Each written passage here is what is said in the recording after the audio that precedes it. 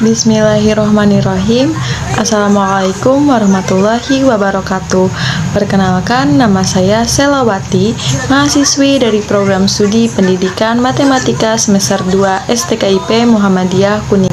Sebelumnya, terima kasih kepada Bapak Sueb MPDI yang telah memperkenankan saya untuk mempresentasikan materi pada pertemuan kali ini, yaitu mengenai haji. Untuk mempersingkat waktu, langsung saja kepada pembahasan materi. Yang pertama yaitu pengertian mengenai haji. Apa itu haji?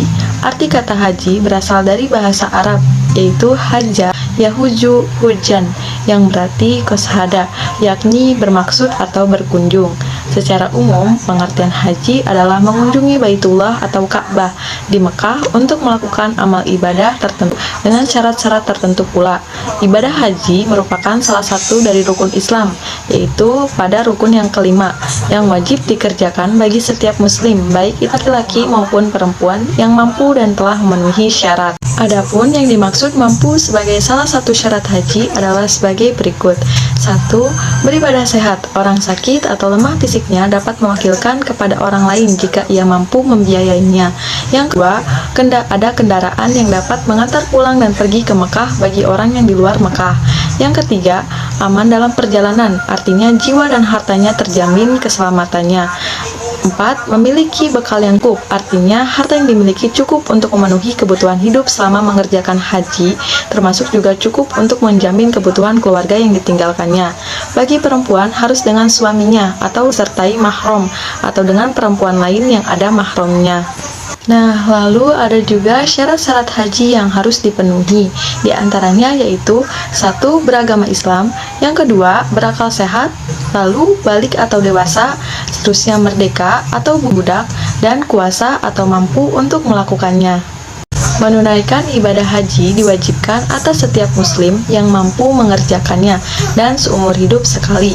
Bagi mereka yang mengerjakan haji lebih dari satu, hukumnya sunnah. Allah Subhanahu wa Ta'ala berfirman dalam Quran Surat Al-Imran ayat 97, yaitu yang artinya, dan diantaranya kewajiban manusia terhadap Allah Subhanahu wa Ta'ala adalah melaksanakan ibadah haji ke Baitullah, yaitu bagi orang-orang yang mampu mengadakan perjalanan ke sana. Barang siapa mengingkari kewajiban haji, maka ketahuilah bahwa Allah Maha Kaya, tidak memerlukan sesuatu dari seluruh alam. Pembahasan yang selanjutnya yaitu mengenai rukun-rukun dalam haji. Rukun haji adalah perbuatan yang wajib dikerjakan dan tidak dapat diganti dengan membayar denda. Meninggalkan salah satu rukun haji akan gugur atau tidak sah ibadah haji tersebut. Rukun haji ada 6, yaitu diantaranya sebagai berikut. Yang pertama yaitu ihram, adalah berniat mengerjakan ibadah haji atau umroh dengan memakai pakaian ihram, pakaian berwarna putih bersih dan tidak berjahit. Pakaian tidak berjahit hanya berlaku bagi laki-laki. Rukun haji yang kedua yaitu wukuf di Padang Arafah. Wukuf adalah hadir di Padang Arafah pada waktu zuhur, dimulai sejak tergelincir matahari tanggal 9 Zulhijjah sampai terbit fajar tanggal 10 Zulhijjah pada bulan haji. Lalu yang ketiga ada tawaf. Tawaf adalah mengelilingi Ka'bah sebanyak 7 putaran, dimulai dari Hajar Aswad dengan posisi Ka'bah di sebelah kiri. Orang yang bertawaf berputar berbalik ke arah jarum jam. Orang yang tawaf harus menutup aurat serta suci dari hadas dan najis. Lalu yang keempat yaitu sa'i, adalah berlari-lari kecil antara Bukit Safa dan Marwah. Ketentuan sa'i harus dimulai dari Bukit Safa dan diakhiri di Bukit Marwah. Sa'i dilakukan sebanyak 7 kali dan dikerjakan setelah tawaf. Yang kelima yaitu menggunting atau mencukur rambut. Waktu mencukur rambut setelah melempar jumroh Aqobah pada hari nahar. Apabila mempunyai kurban, mencukur dilakukan setelah menyembelih hewan kurban.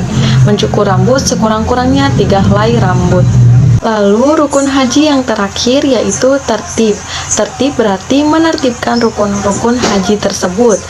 Artinya harus berurutan, dimulai dari niat atau ihram, lalu wukuf, lanjut lagi dengan tawaf, sa'i, dan menggunting rambut.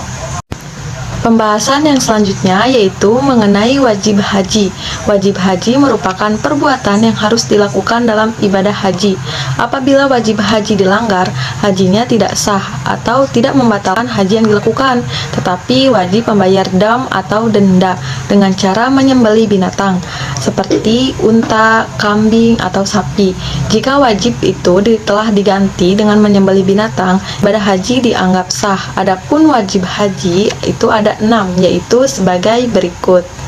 Wajib haji yang pertama yaitu ihram atau niat berhaji dari mikot atau batas yang telah ditentukan. Yang kedua, mabit di Muzdalifah, lalu melontar 3 jumroh yaitu Wula, Wusto, dan Aqobah.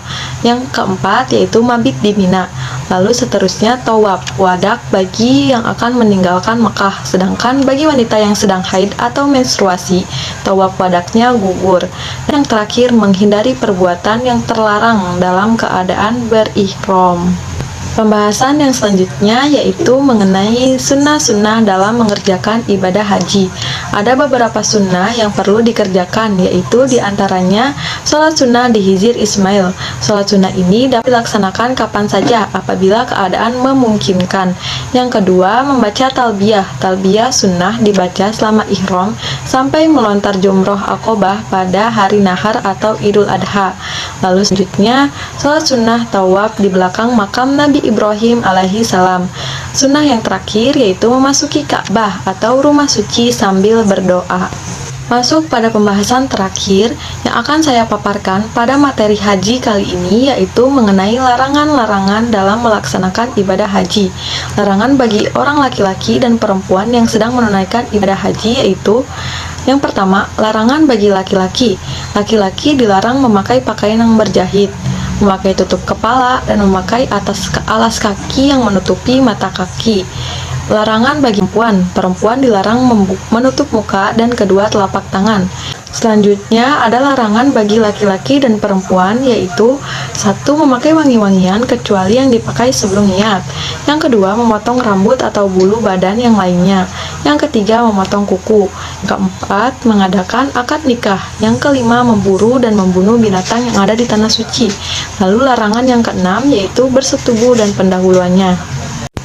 Mungkin cukup sekian materi yang dapat saya sampaikan. Kurang lebihnya mohon dimaafkan karena saya pun masih proses pembelajaran. Terima kasih atas segala perhatiannya. Saya tutup. Nasrun minallah wa fatun qarib, babasyiril mu'minin. Wassalamualaikum warahmatullahi wabarakatuh.